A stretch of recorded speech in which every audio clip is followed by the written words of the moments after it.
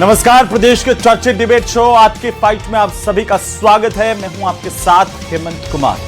देश में युवाओं के नाम पर राजनीति चरम पर है। इसे लेकर जहां सीजेपी दिल्ली में जंतर मंतर पर लगातार प्रदर्शन कर रही है, तो वहीं अब इस पर संसद से लेकर के सड़क तक बीजेपी कांग्रेस भी आमने सामने है। जयपुर में भी आज बीजेपी कांग्रेस ने एक दूसरे के खिलाफ जोरदार प्रदर्शन किए हैं, लेकिन क्या प्रदर्शनों की आड़ में मुख्य मुद्दा भटक गया या फिर प्रदर्शनों से ही परीक्षा व्यवस्था में सुधार होगा?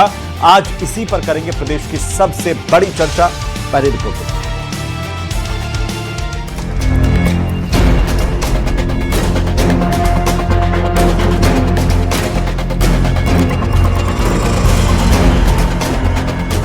नीट पेपर लीक के विरोध में दिल्ली के जंतर मंतर पर प्रदर्शन सियासी रंग ले चुका है। दिल्ली के जंतर मंतर पर सीजेपी का विरोध प्रदर्शन जारी है। अब तक यहां जारी विरोध प्रदर्शन केंद्र में था, लेकिन इसी बीच दो और विरोध प्रदर्शन भी शुरू हो गए। बीजेपी ने राहुल गांधी के खिलाफ देशव्यापी विरोध प्रदर्शन शुरू किया है। बीजेपी ने विपक्ष के नेता के धरने पर आपत्ति जताई। जयपुर में कांग्रेस कार्यालय का घेराव करने निकले बीजेपी कार्यकर्ताओं की पुलिस से धक्का मुक्की हुई। बीजेपी कार्यकर्ता बैरिकेड्स पर चढ़ गए। पुलिस ने उन्हें हटाने के लिए वाटर कैनन चलाई। जो पत्थर लेकर के आए घर से, वो विद्यार्थी नहीं हो सकता। कलम विद्यार्थी के हाथ में होती है, पत्थर नहीं होता है। जो पत्थर लेकर के आए, जो पत्थर फेंक थे, जिस प्रकार से कश्मीर में पहले पत्थर फेंका करते थे और वैसे ही वो पत्थर फेंकते थे, उनके नाम भी है जो पुलिस के रिकॉर्ड में है कि इस प्रकार के लोग आए जो जिनको शिक्षा से कोई लेना देना नहीं था, जो नीट का अर्थ नहीं जानते, जो परीक्षा दी नहीं, जिन्होंने कहीं ना कहीं कोई बिहार से, कोई कश्मीर से ला करके और भाड़े के ट्रकों को ला करके आंदोलन किया। आप देखिए, नियम कायदा मानने को तैयार ही नहीं है, कहते हैं मेरी मर्जी। आप देखिए, सड़क पर आकर के ऐसी जगह पे प्रोटेस्ट करते हैं जहां अलाउड नहीं है। उनसे कहा शिफ्ट हो जाइए, नहीं मेरी मर्जी। पहले जो उन्होंने कंडीशन रखी उसको मान लिया गया, फिर एक और कंडीशन की, आप बदल रहे हो, नहीं मेरी मर्जी। तो ये मर्जी लोकतांत्रिक व्यवस्था में चलती नहीं है। इधर कांग्रेस ने देशव्यापी प्रदर्शन शुरू कर दिया है, जिसमें दिल्ली में राहुल गांधी और पार्टी के अन्य नेताओं को हिरासत में लिए जाने की निंदा की गई है। साथ ही जंतर मंतर पर छात्रों के विरोध प्रदर्शन के दौरान पुलिस की कार्रवाई का भी विरोध किया जा रहा है। इसके खिलाफ अलग अलग राज्यों में विरोध प्रदर्शन जारी है। लोकसभा में नेता प्रतिपक्ष राहुल गांधी ने दिल्ली के इंदिरा भवन में छात्रों के खिलाफ लाठीचार्ज पर प्रेस कॉन्फ्रेंस की। उन्होंने सबसे पहले अपने प्रेजेंटेशन में 20 जुलाई को कॉकरोच जनता पार्टी के संसद चलो मार्च में शामिल छात्रों के वीडियो भी चलाए कि 152 पेपर लीक हुए हैं पिछले 10 साल में, मगर पिछले 10 साल में एक भी कन्विक्शन नहीं हुआ। एक भी व्यक्ति का कन्विक्शन नहीं हुआ, जीरो। जयपुर में बुधवार को भाजपा कार्यालय का घेराव करने निकले कांग्रेस कार्यकर्ताओं को पुलिस ने रोक लिया। कमिश्नरेट के सामने कांग्रेस कार्यकर्ता पुलिस से भिड़ गए। पुलिस ने वाटर कैनन चलाकर प्रदर्शनकारियों को तीतर बीतर किया। प्रदर्शन के बाद प्रदेश कांग्रेस अध्यक्ष गोविंद सिंह डोटासरा ने कहा कि बीजेपी वाले आंदोलनों का दमन करना जानते हैं। देश में पेपर लीक करा रहे हैं, भ्रष्टाचार कर रहे हैं, पैसे खा रहे हैं, बच्चों के साथ मारपीट कर रहे हैं, एमएनए में व्यवहार कर रहे हैं, हमारी बेटियों को नंगा करके पीटा गया। इससे बड़ी शर्म की बात इस देश में कोई हो नहीं सकती है। इस्तीफा मंजूर करते हैं। राहुल जी ने जो बातें कही है तो मानते हैं, तो बातचीत का जरिए आगे बढ़ जाएगा। लोकसभा के अंदर भी, लोकसभा के बाहर भी बातचीत होगी। किस हिस्से के अंदर बात होगी, शिक्षा नीति क्या हो, क्या क्या कमी है, उस पर बैठ के बातचीत होगी तो कोई व्यवस्था नहीं करेगा। लोकतंत्र की ताकत असहमति का सम्मान करने में है, लेकिन जिस तरह से प्रदर्शनों में हिंसा, नारेबाजी और पथराव दिखा, उससे ये प्रदर्शन सियासी रंग लेता दिख रहा है। आज 8 की फाइट में इसी पर करेंगे प्रदेश की सबसे बड़ी चर्चा। तो लगातार देश में छात्रों के नाम पर संग्राम छिड़ा हुआ है, लेकिन सवाल इस बात को लेकर के भी उठ रहे हैं कि छात्रों के नाम पर क्या बीजेपी कांग्रेस सिर्फ राजनीति कर रहे हैं। और लगातार प्रदर्शनों का सिलसिला आज दिन भर दिल्ली से लेकर जयपुर तक देखा गया। इस पर भी बात करेंगे। चर्चा की शुरुआत करें उससे पहले आप सबके महत्वपूर्ण सवालों पर एक नजर डालते हैं। और पहला सवाल इस बात को लेकर के कि युवाओं पर दांव तो सियासी टकराव क्यों? आखिरकार युवाओं के नाम पर राजनीति कौन कर रहा है? क्या युवाओं के नाम पर सिर्फ राजनीति हो रही है? इस पर भी बात करेंगे। सवाल नंबर 2, क्या सियासी प्रदर्शनों से पेपर लीक रुकेंगे? क्योंकि पेपर लीक राजस्थान का भी बड़ा मुद्दा रहे हैं, इस पर भी आज बात करेंगे। सवाल नंबर 3 की शिक्षा में सुधार आंदोलन सियासी हथियार। क्या शिक्षा में सुधार के नाम पर आंदोलनों के सहारे अपनी राजनीति को साधने की कोशिश हो रही है? इस पर भी बात करेंगे। हमारे साथ खास मेहमान आज जुड़े हुए हैं। सबसे पहले मैं उनका परिचय करवा दूं, क्योंकि आज हमने देखा दिन भर किस तरीके से लगातार जयपुर में भी प्रदर्शनों का दौर चला। हमारे साथ में नरेंद्र कटारा हैं, भारतीय जनता पार्टी के प्रदेश के प्रवक्ता। नितिन सारस्वत हमारे साथ हैं, कांग्रेस पार्टी के प्रदेश के प्रवक्ता।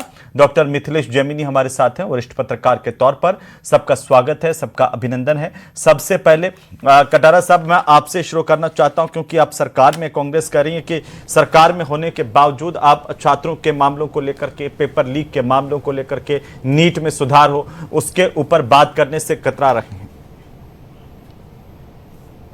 हेमंत जी, सबसे पहले मैं आपको बता देना चाहता हूं कि anti India tool kit gang और प्रीपेड प्रोपेगेंडा के माध्यम से हताश विपक्ष अपनी खोई हुई राजनीतिक धरातल ढूंढना चाह रहा है। आप देखेंगे कि जो भी छात्र घायल होने की बात कर रहे हैं, उनमें एक भी व्यक्ति ऐसा नहीं है जो छात्र हो या नीट की परीक्षा से जुड़ा हुआ हो। इसके साथ ही आप देखेंगे कि जिस प्रकार से हाथों हाथ हजारों लोग इकट्ठे हुए और सुरक्षा कर्मियों पर हमला हुआ, ये सरकारी संपत्ति को नुकसान पहुंचाया गया और इनके व्हाट्सएप ग्रुप में लगातार जान देने की बात की गई। इससे स्पष्ट होता है कि नरेंद्र मोदी जी के नेतृत्व में जिस प्रकार भारत विश्व में एक ताकत के रूप में उभर रहा है, विदेशी ताकतें मिलकर नरेंद्र मोदी जी और भारत को कमजोर करना चाहती है और हताश विपक्ष भारत की कुर्बानी के बल पर अपना खोया हुआ धरातल पाना चाहता है। आप देखेंगे ये कोई छात्र नहीं थे जिन्होंने सुरक्षा कर्मियों को पकड़ा और पीटना शुरू कर दिया, आप सरकारी गाड़ियों को तोड़ना शुरू कर दिया। आप देखेंगे तमाम वीडियो ऐसे हैं जिनमें सबसे पहले सुरक्षा कर्मियों का हेलमेट गिराया जाता है, उनको लातों से मारा जाता है, फिर 2, 4, 5, 6 इसी प्रकार से किए जाते हैं। 200 सुरक्षा कर्मी घायल हो गया सर, 1 मिनट हो गया, मैं वापस आ जाऊंगा। जी कटारा साहब, 1 मिनट हो गया, मैं वापस आ जाऊंगा। नितिन सारस्वत जी, बीजेपी कह रही है कि एंटी इंडिया टूलकिट चला रहे हैं आप लोग, अपनी राजनीति चमकाने के लिए प्रीपेड एजेंडा चला रहे हैं आप लोग।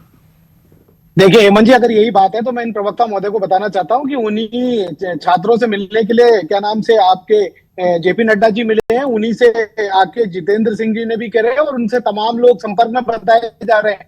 आज ही मिलने का प्रस्ताव दिया था, तो एंटी इंडिया गैंग को अपने घर में बिठा रहे हैं जेपी नड्डा। ये तो बहुत बड़ी बात है। ये जेपी नड्डा पे बहुत बड़ा आरोप लगा दिया है नरेंद्र कटारा जी ने। इसे फ्लैश चला दीजिए, इनकी नौकरी भी चली जाएगी। अब मैं मुद्दे की बात करना चाहता हूं, क्योंकि नए नए प्रवक्ता है, इनको अभी चीजें पता नहीं है। मैं ये कह रहा हूं कि आप देखिए किस तरीके की ब्रूटलिटी की गई है वहां पे।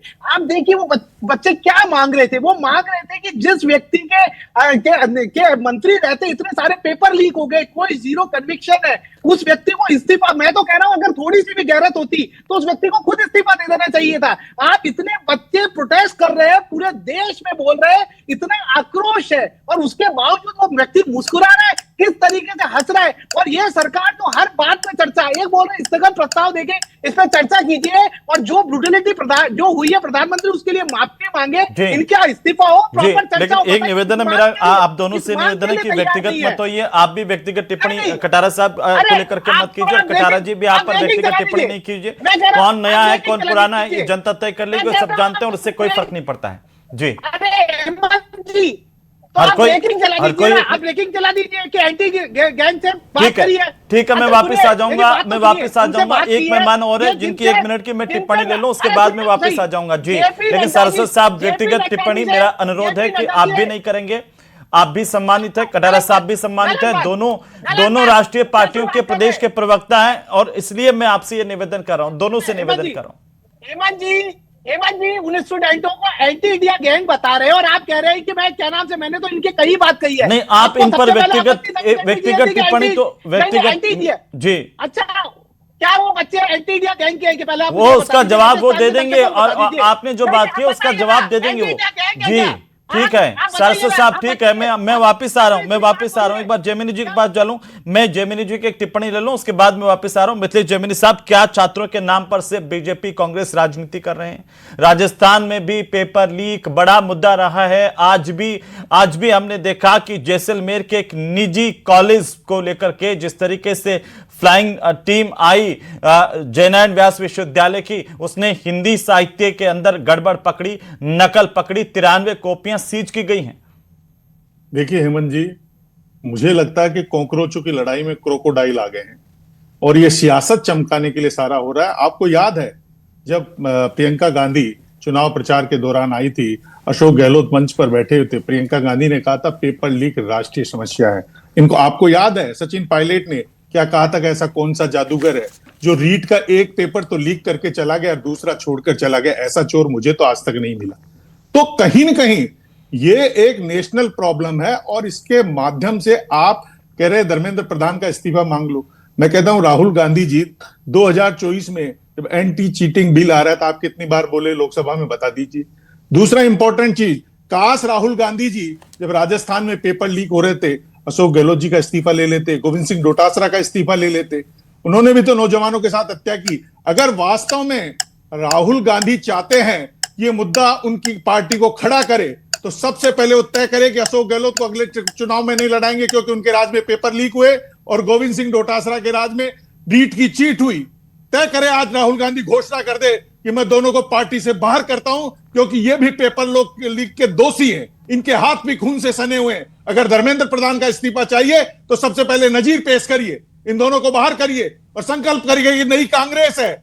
अब कांग्रेस में पेपर लीक करने वाले नेताओं को नितिन जी इसका जवाब दे रहे हैं, नितिन जी इसका जवाब दे रहे हैं। जी बोलिए नितिन जी।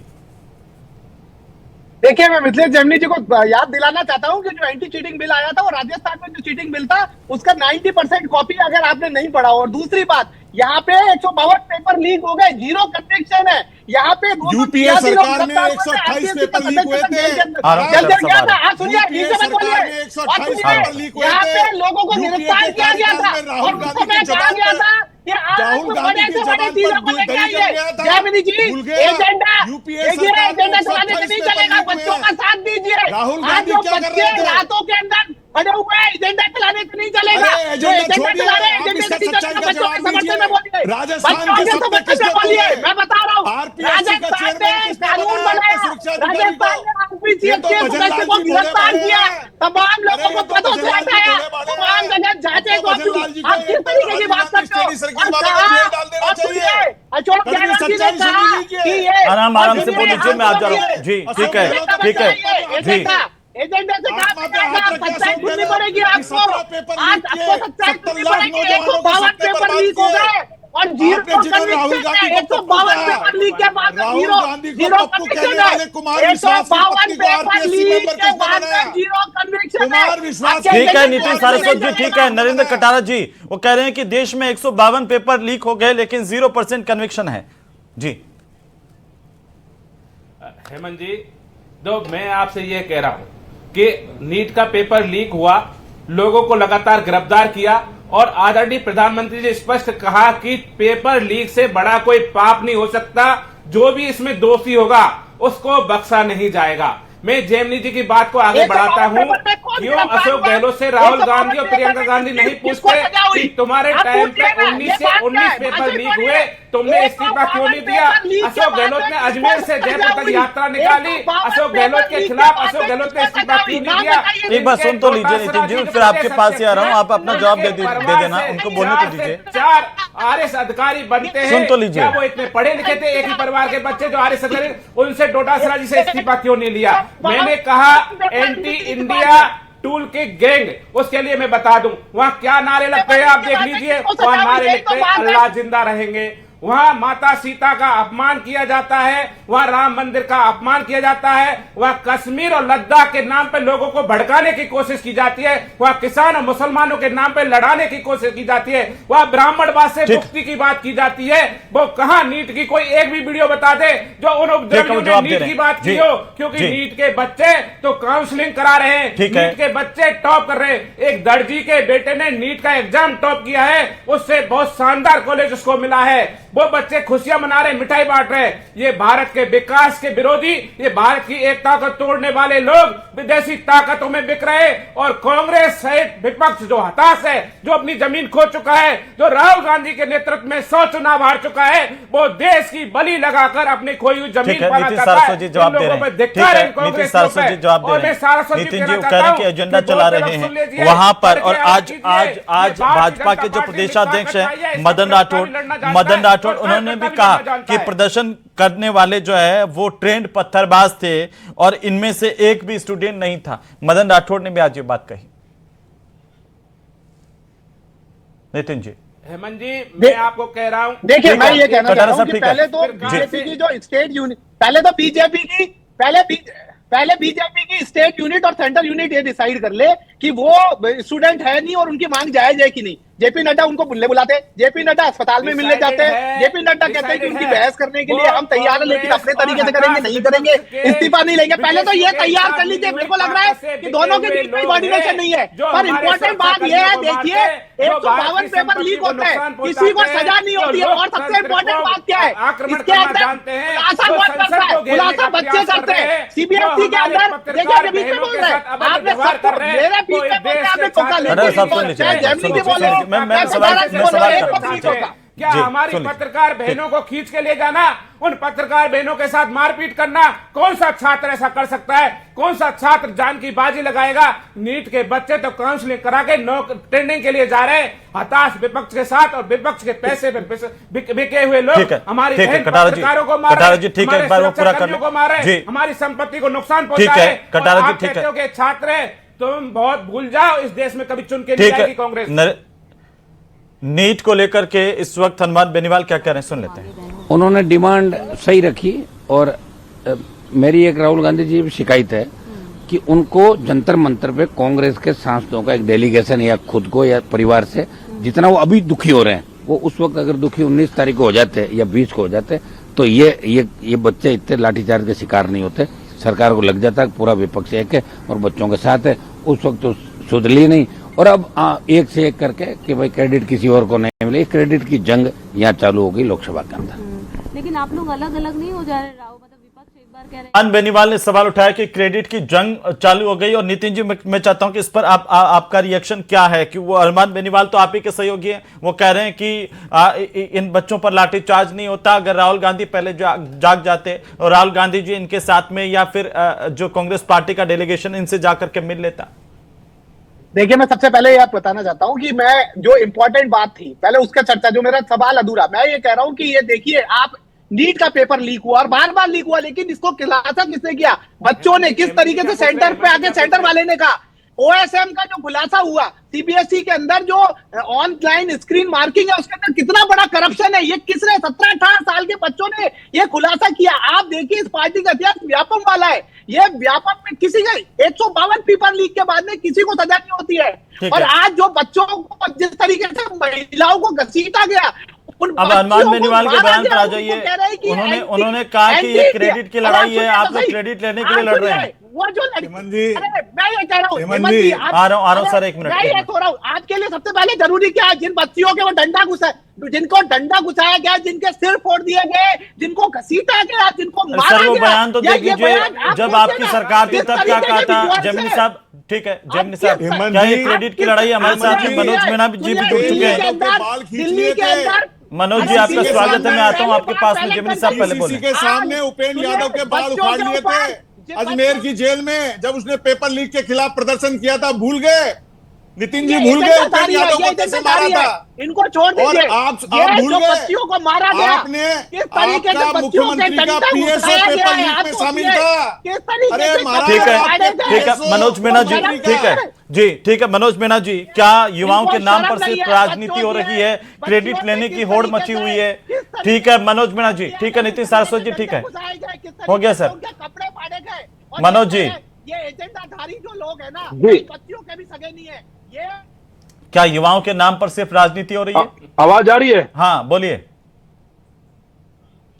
देखो ऐसा है, कांग्रेस हो बीजेपी हो, दोनों पार्टियां अपनी राजनीतिक रोटियां सेकती है। राजस्थान में जब पेपर लीक हुए, कांग्रेस सरकार में 20 पेपर लीक हुए, उस समय कांग्रेस ने कितने इस्तीफे दिए ये भी हमें देखना चाहिए। लेकिन जिस प्रकार से नीट पेपर लीक पर बीजेपी सरकार ने, नरेंद्र मोदी की सरकार ने बच्चों के ऊपर जो लाठियां बरसाई, क्या वो लोकतंत्र में जायज है? हम सबसे बड़े लोकतांत्रिक देश में रहते हैं और इस प्रकार से बर्बरता पूर्वक बच्चों की मनोज पिटाई जी, करना, ये उन दिखाता पुलिस है कि वालों को सरकारों आइडेंटिफाई कोई करके फर्क नहीं उनके पड़ता खिलाफ और कार्रवाई होनी सरकारें चाहिए। बच्चों को मारने का काम कर रही उनको है। आइडेंटिफाई करके उनके खिलाफ कार्रवाई की जानी चाहिए, इससे किसी को इनकार नहीं है। लेकिन क्या अभी एक क्रेडिट की लड़ाई बन गई है? कार्रवाई सर ऐसा है, बेरोजगारों को, युवाओं को मतलब है कि नीट परीक्षा का जो पेपर लीक हुआ उसके चलते धर्मेंद्र प्रधान इस्तीफा दे और जो एजुकेशन की जो व्यवस्था है उसमें रिफॉर्म हो, उसमें सुधार हो। हमको पार्टी पॉलिटिक्स से कोई मतलब नहीं है, किसको क्रेडिट मिले किसको नहीं मिले, इस बात से हमें कोई लेना देना नहीं है। हम चाहते हैं कि जंतर मंतर पर जो हमारे भाई प्रोटेस्ट कर रहे हैं, ठीक है मनोज जी, कि शिक्षा व्यवस्था में सुधार हो। जी ठीक है। नरेंद्र कटारिया साहब एक आखिरी टिप्पणी है, वो कह रहे हैं कि शिक्षा व्यवस्था में सुधार हो, यही पूरे देश की इच्छा है, बेरोजगारों की, युवाओं की, ये सबसे बड़ी मांग है। पेपर लीक पर लगाम लगे, शिक्षा व्यवस्था में सुधार हो, परीक्षा की निष्पक्षता हो। मैंने पहले भी जिक्र किया, जैसलमेर में आज एक प्राइवेट कॉलेज का वीडियो सामने आया कि कैसे पूरे के पूरे हिंदी साहित्य के पेपर में नकल करवाई जा रही है। पैरामेडिकल कॉलेज में पकड़ने आया, तो ये तो माफिया तो पैदा हो गए। नई शिक्षा नीति कौन ले आए? नरेंद्र मोदी जी और धर्मेंद्र प्रधान जी लेके आए। वोकल शिक्षा में कौशल प्रशिक्षण कौन लेके आए? नरेंद्र मोदी जी लेके आए। आज अगर नीट की परीक्षा में बिना किसी प्रकार के अगर कोई भी धांधली के बिना एग्जाम हुआ है तो नरेंद्र मोदी जी ने कराया है। हम बच्चों से हमेशा बात करने के लिए तैयार हैं। बर्बाद होने के लिए उपद्रवियों को बख्शा नहीं जाएगा, देश की संपत्ति को नुकसान पहुंचाने के लिए बख्शा नहीं जाएगा, विदेशी ताकतों के हाथों बिकने वाले लोगों को बख्शा नहीं जाएगा। हमारे भारत के बच्चों के लिए प्रधानमंत्री जी के द्वार हमेशा खुले हैं। आइए बात कीजिए, समाधान किया जाएगा। अब समय नहीं बचा, आप देर से जुड़े, बहुत शुक्रिया इस चर्चा में शामिल होने के लिए। आप सभी का कुल मिलाकर के युवाओं के मुद्दों को लेकर के लगातार सियासी संग्राम मचा हुआ है, ये कहां जाकर रुकेगा ये देखने वाली बात है। नमस्कार।